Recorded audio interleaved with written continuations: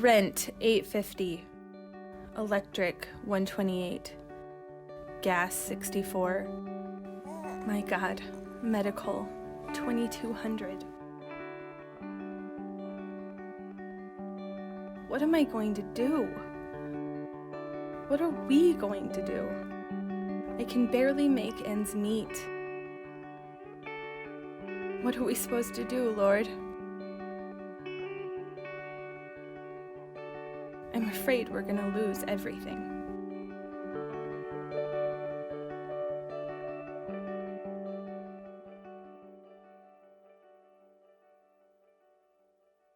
Okay, so the series we're in, which I'm kind of in a fighting mood now, is Bout with Doubt. And what we're doing as a church is we polled everybody in our congregation a few months ago. What are some of the big doubts that you're carrying these days? And then we did it again last weekend at Easter. And so next week, I'm going to deal with the number one doubt from the Easter crowd, which, by the way, was the number 3 doubt from the 3-month-ago crowd. Today, I'm dealing with the number 2 doubt from the 3-month-ago crowd, which is also the number 2 doubt from last weekend. And if you looked at your notes page or paid attention to that video, you saw that it is, I doubt I'm going to be okay financially. Lots and lots of doubts about this. So anybody ever have some fear or doubt about your current financial present or future, whether it's your fault or bad luck or current economy? Anybody ever get a little unsteady about their finances? Just a few of us. Okay, so at least some of us are going to get some help today. I'd like to try to help you by giving you lots of money. And so if you just line up over here, Ken's going to give you money. Really what I'm going to do today is just give a couple of pieces of biblical advice. The first one's got some few components to it, and the other one is really kind of the mindset that's really behind the whole thing. And so we're going to look at like a behavior, really a way of living, and then finish with the mindset that leads to the behavior. Now, I've been shaped and influenced over my life from a variety of people. Craig Groeschel, Larry Burkett significantly, to some degree, David Ramsey, a guy named Jim Routson helped Ramey and I early on. My parents, who worked real hard to help me understand how money works. My wife, Dave Ulrich's your CFO. So lots of people that have poured into my life and helped me understand finances and particularly a biblical approach to this. And so I want to also allow for this, that some financial fear these days is really understandable. Your government you're in debt 17 trillion. It's incomprehensible. You can't even comprehend that number, and it looks like it's going up. We're kind of going from recession. If we keep going this way and let's just print money, we're going to go to depression. And so there's some kind of rational fear about all of this. And so that said, there is a way of living, there is a mindset that if you do it, you are going to be okay regardless of the financial climate. And that's what we're going to work on today. So first big kind of heading you'll notice in your notes is this. We're going to talk today about act your wage. Say that with me, please. Here we go. Act your wage. We're going to work on acting our wage. Another way we say this is we are going to talk about living within our means. Or here's a weird one. Spend less than you make. Isn't that weird sounding? Like, it must be like from an ancient weird culture. Because most people today don't do it. But it didn't used to be like that. There was this old saying that people live by. It's really archaic now, but it was kind of like this. If you don't have the money, you don't buy it. Now, massive culture shift that some of you just kind of watched happen. Before the Great Depression in our country, 2% of people had mortgages on their homes.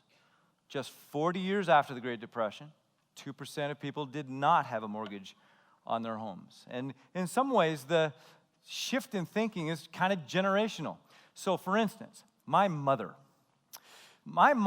has some aluminum foil. So she's got a roll of aluminum foil. I'm not kidding you now. She's had it for 51 years. 51 years same roll of aluminum foil. Now, in fairness, her dad was a VP at Reynolds Aluminum, which makes Reynolds Wrap. And so it was a pretty good size roll, but come on, people. 51 years she's had this same roll of aluminum foil, and she weighed it, and it still weighs 28 ounces. It's 1.5 pounds of aluminum foil that she's had for 51 years because she washes her aluminum foil.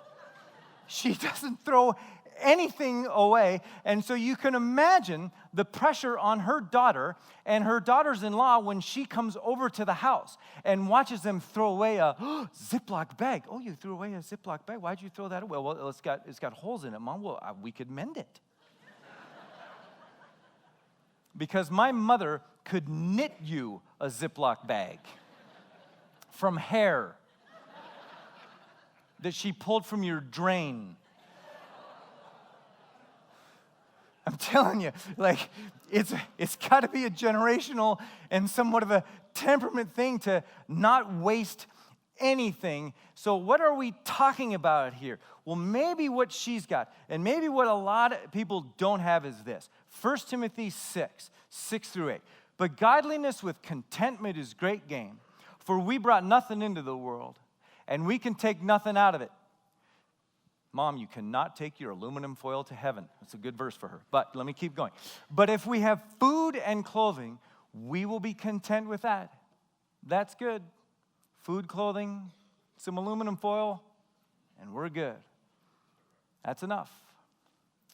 And yet we are now raising an entire generation that says, I deserve the same or even a better lifestyle than my parents, and oh, by the way, I want it now. And don't think, by the way, that those parents have not been aiding and abetting that problem. We have embraced the culture of, I want it now. And so we got a lot of pretenders out there taking up ridiculous consumer debt to attain all things shiny and new, to fill a void or to fill some significance or try to be cool or try to be happy the way the marketers tell you will be. We're really a culture of posers. And you know what? There's nothing new here. The author of Proverbs talked about posers in Proverbs 13:7. Look at this. One person pretends to be rich, yet has nothing. Another pretends to be poor, yet has great wealth. Which category these days do you think has the most people in it? The first one. One person pretends to be rich and yet has nothing. Craig Rochelle says we have 3 categories of people: the haves, the have-nots, and the have not paid for what they've got. And so what happens is we overspend and we over-leverage and we don't act our wage and we get overextended with no margin and excessive and extreme debt. And then when the bitter wind of a bad economy blows, we get nervous and afraid and stressed out, and we fear and doubt that our financial future is going to be okay. And really, as an aside, the good thing about a bad economy is that it calls into question everything that we hold dear, forces us to question our own personal contentment and what great gain really is.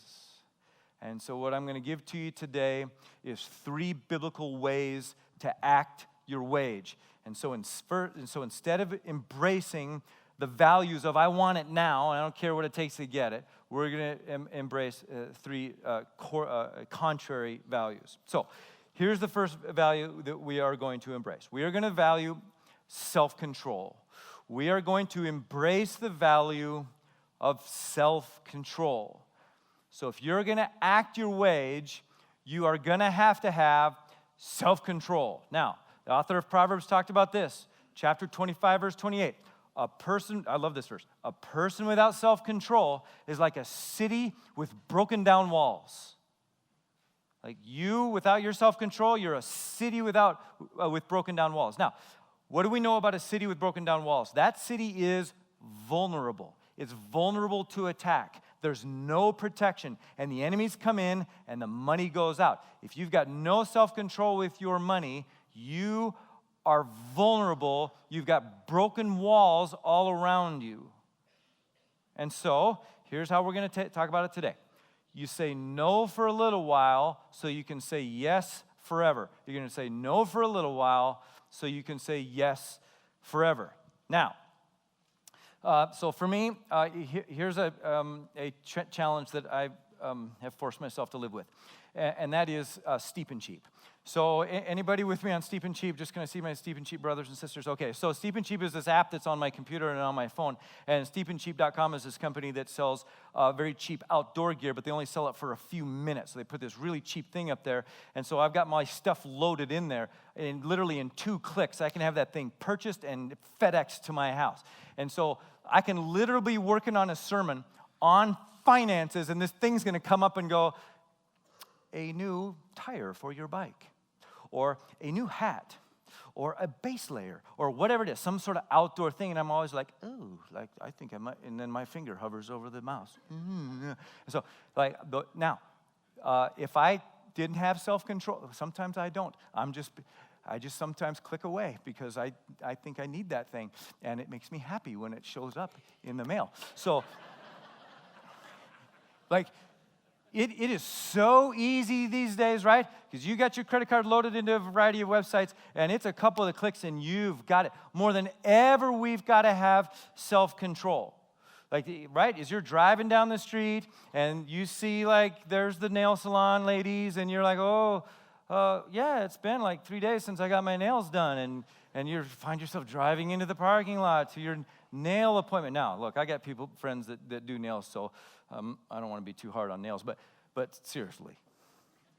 Like, I never have noticed a girl's nails until I noticed my girlfriend, Rami, noticing her nails, right? In college, and I'm like, what is this chick always looking at her hand for? And she's got these colors on it. Oh, look, and the color changed. I never noticed nails until I noticed her noticing nails, and here's another principle that I figured out.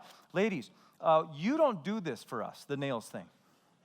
Like, look, I know it's spring, and you're going to put a little daffodil on there, maybe like a little ladybug, and look, guys don't care. I mean, we know you don't do it for us. You do that for each other, because we're not noticing those nails. Like, no guy's going like, check out the nails on that chick.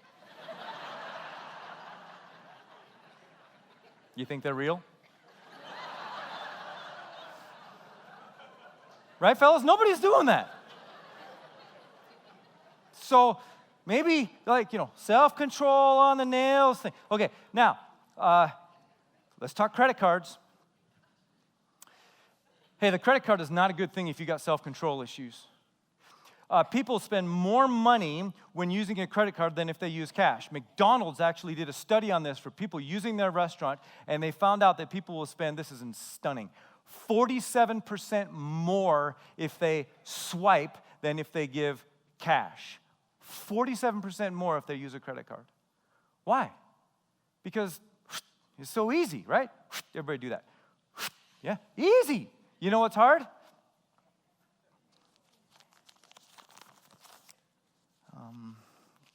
Actually, right? But the credit card is just, so if you got self-control issues, you need to, as Dave Ramsey, what's he call it, plastic surgery? You need to do plastic surgery. You cut those things up. So Rami and I have 2 credit cards. We have one that gets us points for airline miles, and we have one that gets us points at a temple or a sporting goods store. And so we use these 2 cards, and one of them more liberally than the other one. But here's the deal with credit cards. I got my first credit card when I was 18 years old. I'm now 47 years old. I have never carried a balance. I've paid it off every month ever since. And in our marriage, we have never not paid it off when the bill comes, except one time. And it was actually an oversight on Precious Ramey's part. And so it was like, oops, we kind of missed this thing. Somehow something messed up. And she calls the credit card company. And she goes, hey, just check our records, would you? And they're like, oh, yeah. So, can you give us a break? And they waived the fee and the interest and everything because we just have this track record of we pay it off. So the reason we have it is because it's easy. That's nice. Because I get this printout, so I know where everything's being spent. And because of points. Now, if you're one of those who goes like, oh, it's good to carry a balance on my credit card because I'm getting points at Cabela's. I mean, this makes good sense financially. I think, no, dude. No, it doesn't make good sense because you're paying huge interest on that balance.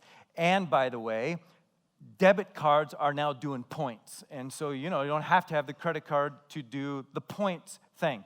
So with the credit card, if you don't have the self-control, you got to cut that thing up and go to cash. So you say no for a little while so you can say yes forever. And then you don't get overextended with a bunch of consumer debt, and you actually get to start building wealth and have margin, and then you become more generous and you can get your nails done more often. Self-control. All right, second value that we're going to embrace is the value of sacrifice. We're going to embrace the value of sacrifice. First, self-control, saying no for a little while so you can say yes forever. Now, sacrifice. Now, Jesus actually did this. Jesus embraced the value of sacrifice because he knew the sacrifice was going to lead to something better. Really great verse. Now, let me say this. If you aren't a Christian yet, or maybe you're kind of new to Christianity, but especially if you're exploring Jesus and investigating his claims, this might be the reason that you came to church today. This is a phenomenal, very brief verse of Scripture. Look at this. This is Hebrews 12:2. It says this: let us fix our eyes on Jesus. So we're going to look at him, not the nails. We're going to fix our eyes on Jesus, the author and perfecter of our faith. He's the beginner of our faith, and then he's the one that brings it to fulfillment, the perfecter of our faith. Now look at this. Who for the joy set before him endured the cross. And if you're not a Christian yet, you at least know enough about Jesus to know about this cross deal. Jesus of Nazareth, historical figure who we believe was also God, and they nailed him to a cross, and that's where he died. And what the Bible says happened there is that the sins of the world was on him. The reason he got nailed to the cross is so that you wouldn't get nailed to the cross. He took the punishment and the payment of your sin on himself when he was nailed to the cross. Now, why did he do that? The verse here says, for the joy set before him he endured. He suffered incomprehensibly because he had something else in mind other than his own suffering, some joy, because he knew that the sacrifice was going to lead to something better. And what was that better thing? It was you. And it was your life as a forgiven and saved follower of Jesus. And it was you and the joy that you bring him when you receive his gift of eternal life. See what Jesus did? He gave up something he loved for something that he loved even more. He gave up something he loved, himself, for something he loved even more, you. And so in our finances, we can do this too. We need to sacrifice. And so here's what we're going to do. We're going to give up something we love for something that we love even more. That's what happens when you sacrifice. Give up something you love for something you love even more. We're going to have the self-control to give up something we really want for something that we want even more, something like financial stability and financial peace and financial security and no more financial fear. We are going to give up having this shiny new trinket for peace and fear-free finances. Now, the trinket's going to make you feel better for a minute. Oh, steep and cheap, it came.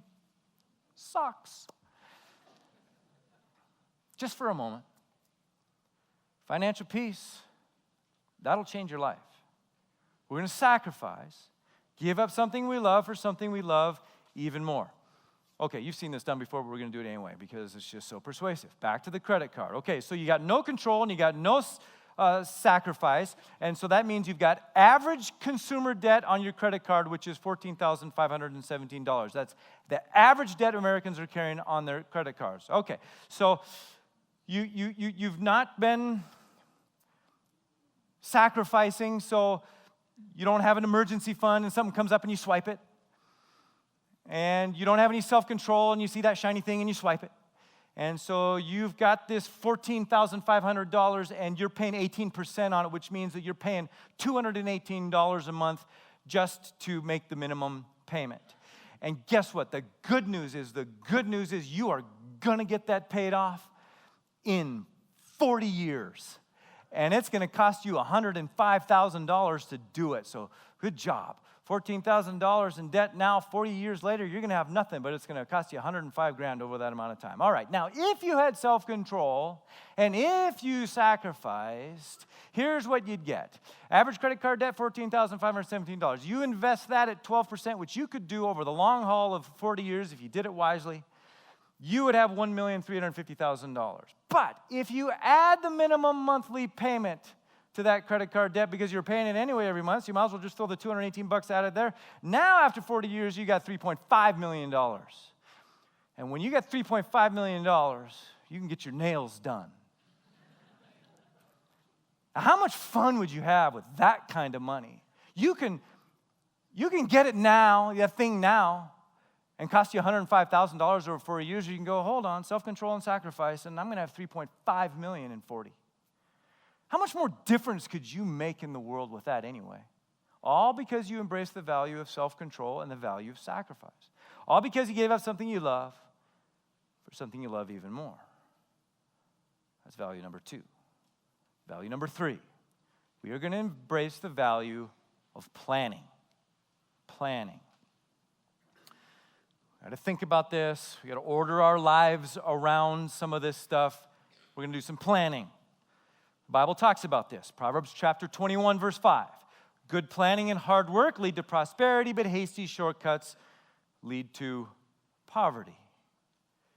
Prosperity comes from planning, hard work. So what we're going to do is get on a budget. We are going to get on a budget. That's what we mean by planning. We are going to live our lives on a budget. The reason we're going to do that is because of Proverbs 21:20. The wise have wealth and luxury. The fools spend whatever they get. If you spend whatever you get, you are a what? Fool, yeah. Not my word. Don't get mad at me. This is God calling you a fool. You spend whatever you get, you're a fool. A budget with self-control, holding yourself to it, in other words, keeps you from being a fool and spending whatever you get. It keeps you from living paycheck to paycheck, which is a fearful way of living. And so here's how this kind of happens in my house. When Ramey and I got engaged, I paid off her school debt with the last of my money, and we got married with $0. And we lived in a house that we were house sitting, and so that was able to kind of get us stabilized. We started our jobs, and we kind of had nothing, and we're married now, and here we go. And thankfully, our church helped us, and some people in that church helped us and began to mentor us, and they introduced us to a guy named Larry Burkett. Larry Burkett is with the Lord now, but he developed a ministry that's now called Crown Financial Ministries. And that ministry really helped us understand how to plan and how to budget. What we really liked about Larry Burkett's stuff is, you know how you got categories in your budget? Well, he has categories in the way he lines out a budget. But he also had this concept of the envelope. And so what he'd do is he'd go like, well, look, if you don't have self-control, if you're having trouble with this concept, and you're swiping or just writing checks and they're bouncing because you don't have the money in your account, then here's what you do. You just go to a complete cash system and you use envelopes. And, you're like, well, that's not a very safe, way to do that because you shove your money in the bank. And, well, we didn't have any money, so it was pretty easy for us to do the envelope system. And so you just had these envelopes, like the food budget had cash in it, and the eating out budget had some cash in it, and the gasoline budget had cash in it. And someone would call us and go, hey, do you want to go out to dinner? And we go, we think, just a sec. Do you want to go out to dinner with these? Well, do we have any money? Well, let's check the envelope. And there's no money in the envelope. No, we're not going to be able to do that. And so maybe you could come over, though, if you want, because we got some tomatoes, and we can add some dirt to it, and we could have a nice little... So if you have the money in the envelope, you can spend. Okay, but then if you have some self-control and you finally get your head around the deal, then you start just doing that, virtually or digitally. And so we continue to do this today. We use Crown Financial software. I think it's called Money Matters. And we just track our budget. Now look, Ramey and I know, and I'm not exaggerating right now, we know where every single penny goes in our family finances. Every single penny. It's all tracked. When we take money out of the ATM machine, we make sure that we know why that happens, and we do it quite rarely. And so we are tracking everything and know where everything goes. And so the way we do this is we have budget night. Thursday night in our house is budget night. Now, you have date night. Good for you. Ramey and Vern, we have budget night. About once a month, we have budget night. Once a month, you've got date night. We've got budget night. And fellas, if the budget night or if date night ain't working very much, you know what I'm saying? If you're finding it to be unproductive, might I suggest to you budget night? Because a reconciled checkbook and a balanced budget is an aphrodisiac. I'm just saying. Some seafood pasta and a glass of wine, that's got nothing on a good budget. And so Ramey and I have budget night on Thursday. And so what we do is, and we maximize each of our gifts. So she's very detail-oriented and doesn't mind tracking all that stuff. I like spending it, so I spend it and she tracks it. That's our gifting, see. And so she's tracking everything. She takes the credit card and she spreadsheets it all out, and we make sure we know where the checks are going, all that stuff. And she gets that all ready. Then we sit down with the computer, open it up, and then she kind of talks, and I input stuff into the computer, and it's going into those categories, those envelopes, or coming out of those categories and those envelopes. And we talk it through, and now look, when we started doing this, we would fight like junkyard dogs, rabid junkyard dogs. We'd get so mad, we'd get confused about the software, we'd get confused about money, we'd have some bad math or something like that, and we'd get mad at each other, and then we'd talk about, why'd you spend money on that, and you went over in this category, like the fuel budget, for instance. The fuel budget, it's kind of normal, and then all of a sudden you get to hunting season, and the fuel costs start going up. You with me here? And so then we kind of fight about that. She'd go, well, is that right? I mean, you're getting to go off to these hunting things, and you're driving to hunt, and it's using fuel, but, should our family budget pay for that, or is that like a recreation account that should come out of? And I'm like, what are you kidding? You drive to the grocery store, I'm driving, it's like I'm going grocery shopping when I'm hunting, and so we'd fight about that stuff and kind of get it figured out, and so then over the years, we've just gotten better at understanding each other and getting better at handling the money and communicating and tracking it and putting it in and printing it out and looking at our weaknesses and moving money around. And we just got better. And for 22 years, this is what we do. Thursday night, budget night, and make sure that we're seeing eye to eye and doing this together. And so this week was budget night for us, Thursday. And you know how that ended? We got a little tense with each other. There was a couple of confusing things, and our voices are raising, and we're a little fired up about stuff because money's an emotional deal. And we just worked our way through that stuff, and at the end of that, we high-fived. That's all you need to know. And so it was budget night at our house. So,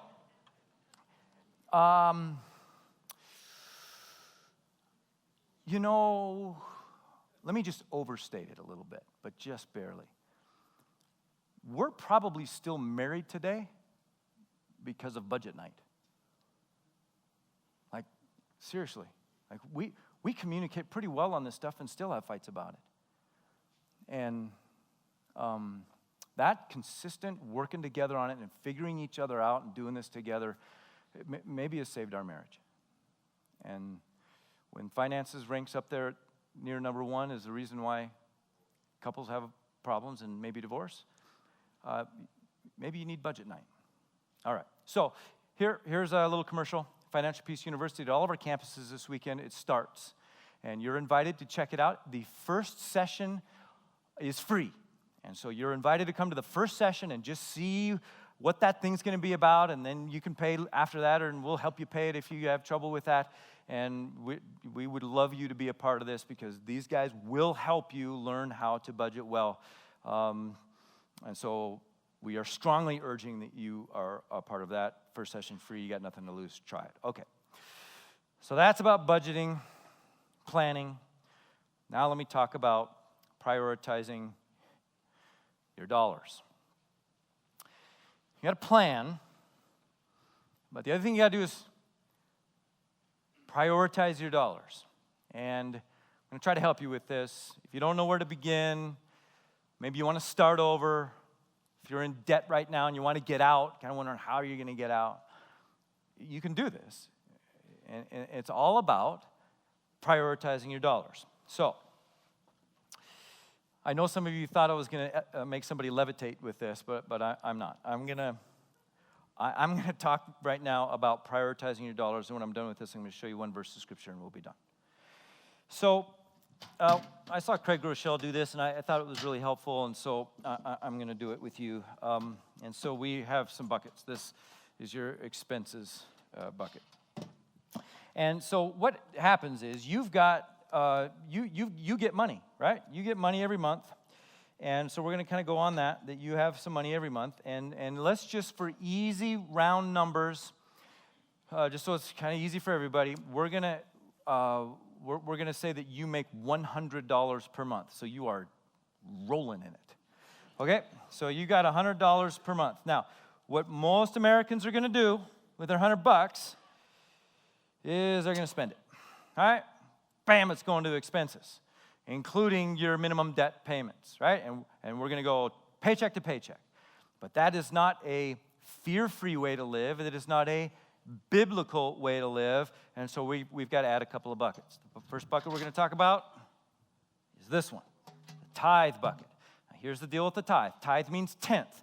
The Bible says tithe. So God says things like this: bring the whole tithe into the storehouse. He says, don't rob me by withholding the tithe. It's like, oh, my word, robbing God, that's not a good idea. He says things like, bring the first fruits. So the first fruits of your wealth. And so he puts me first. And so when we tithe, when we give 1/10 back to God, what we're doing is going, God, we acknowledge that it's all from you. That's all yours anyway. You only ask for 1/10, and then you let me manage the 90%. And so what happens is we give him 1/10 of our paycheck. That's going to be the first good decision that you're going to make. Even if you're in debt, especially if you're in debt and you want to get out of debt, you need God's blessing more than ever, and so you probably should be tithing. And so here's your $100 that you're going to get in your paycheck, and instead of it all going to expenses, you're going to give God the tithe. Now, you're the smartest church in America, and here's how you're going to prove that. What is 1/10 of $100? Oh, yes, you're the smartest people. So $10, good job. Okay, then we've got $90 that's going to expenses. Nope, we've got to do something else. You need an emergency fund. The reason you need an emergency fund is because bad stuff happens. And when bad stuff happens, we swipe. And no, we don't want to do that. We want to have some cash for those things. The water heater goes out, or, your son shoves a marble up his brother's nose, and you can't get it out. You go to the doctor, and you've got to pay that bill. These kinds of things, okay? And so what we're going to do is we're going to work on building this emergency fund up to, and here's the conventional wisdom, just to get started, $1,000. On $1,000 in that emergency fund. So you got your paycheck. It's $100, and God gets his tithe. And how much is that? $10. Now, in your emergency fund, you're going to start by putting something like $20 in your emergency fund. And that means what happens to expenses? Oh, you're going to have to cut some expenses. You were paying $100 on expenses, but you're giving God his, and you're doing your emergency fund. How much you got to spend now? 70, all right? So you've got to cut some expenses. So that expensive caffeine, you're going to back down on that a little bit. Maybe you're going to sell a car and buy one where you don't have a payment on it. You're going to do a few things. You're going to get your nails done once a month instead of once a day. Okay, so you're going to lower your expenses, and now you're paying for your expenses. Well, here's what happens, is that God begins to bless you. Because you're putting him first, and you're starting to steward his resources. You're starting to be somebody whose walls are not broken down, and he starts to see, okay, I'm going to trust you with more. And so you get another job, or maybe you get a raise, or you start an eBay business or something like that, and now your income has gone up to $130. Okay, smartest church in America. How much money is God getting from the tithe when you have a $130 paycheck? $13, and then we are going to give $70 to our expenses. Now, this is the self-control thing, because you see, you're not going to increase your expenses. You're holding expenses down because you're building up the emergency fund, but now how much money do you have for your emergency fund? Good job. $47. Oh, man. Smartest church in America.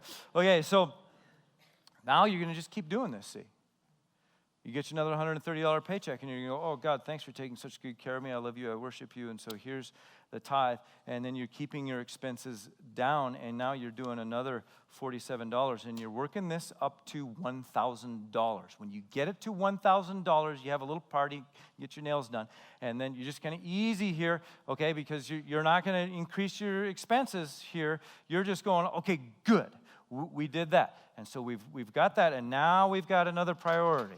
We've got a new category that we've got to work on, and it's this category, debt. We are now working on debt. We see what we're doing here is we are prioritizing our dollars. And so you got your $130 paycheck. And so how much does God get?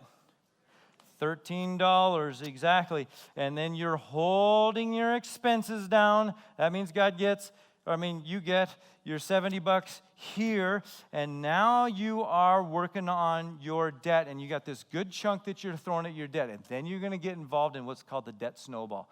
Brilliant way to get out of debt. And Financial Peace University teaches the debt snowball, and you're just going to rack up all this money to get this debt paid off as quick as you can. And by the way, we've seen lots of people at our church do the debt snowball and get out of debt shockingly fast. Here's the other cool thing that's happened at our church. Some small groups do the debt snowball together with each other and help each other.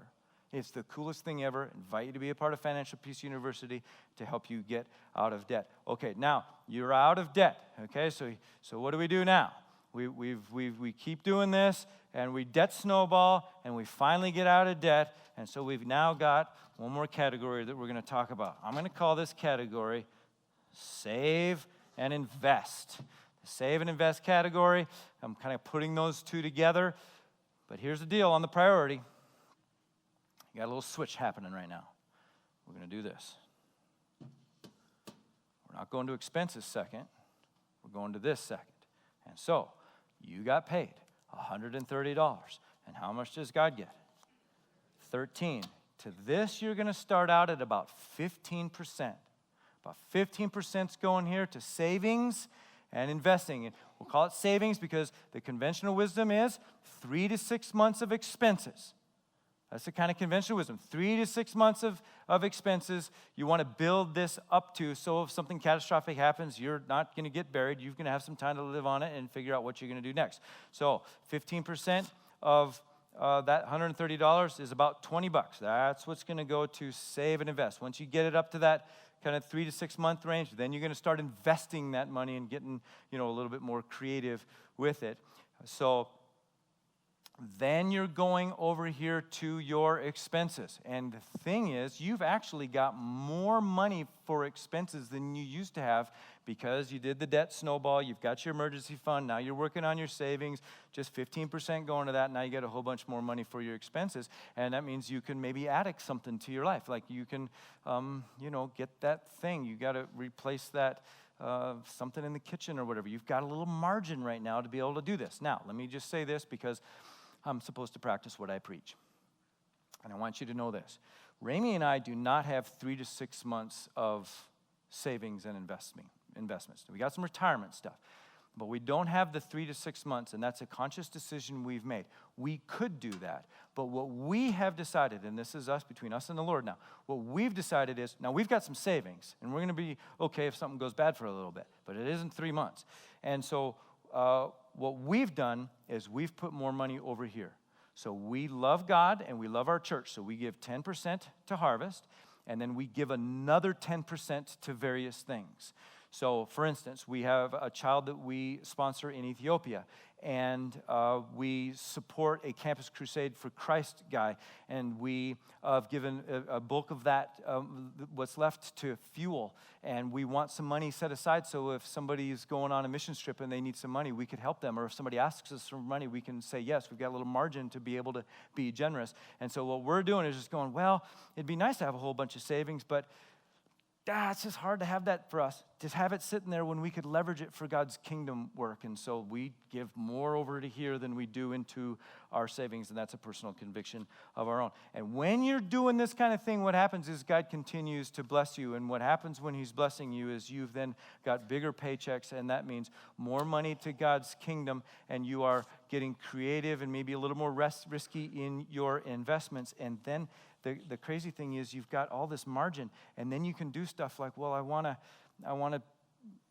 help that family who's adopting a child from Ethiopia, and there's that ministry that I want to be a part of, and where we're going to actually invest a little bit more, and here's this trip that we've been wanting to go on, and we can now, and it's all because you prioritized your dollars wisely, and now you've got the margin and the peace that you really want, and you are no longer afraid of your financial future.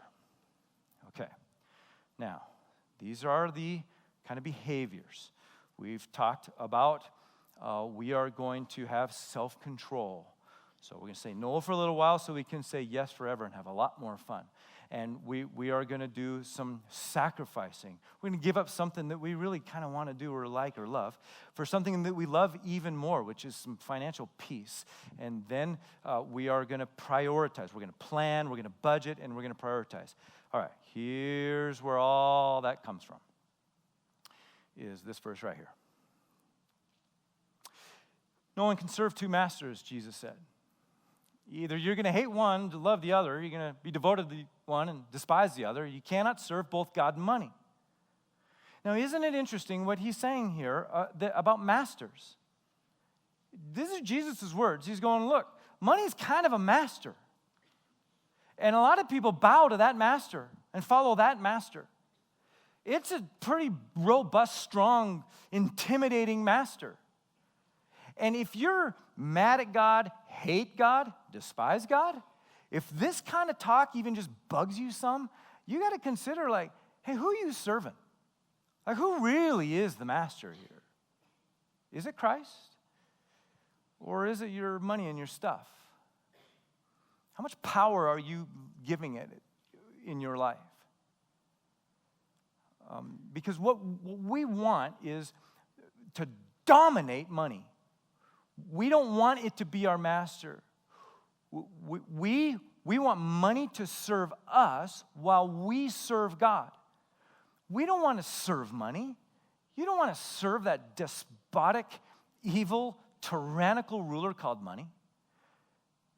Don't you want to serve and be under the master who said that for the joy set before him, he endured the cross? Wouldn't you want to follow that kind of leader? Because money will never do that for you. And so the mindset behind the whole thing is, who's your master? And for Rami and I and our family, we want our master to be the one who for the joy set before him endured the cross. And I hope that will be your master as well. And if he is your master, then you will have no doubts and no fear about your financial future. Okay? That was strenuous. And I'd like us to pray. I'll give you a chance right now to reflect on the stuff that we just talked about. And kind of threw a lot at you. But what I don't want you to miss out on right now is the opportunity for you to talk to God about this subject. And then I'm going to break in here in a moment, and we'll see if anybody's making Jesus master of their life today, and if they're becoming Christians, and we'll kind of deal with that. So here's a few moments for you now to talk to God.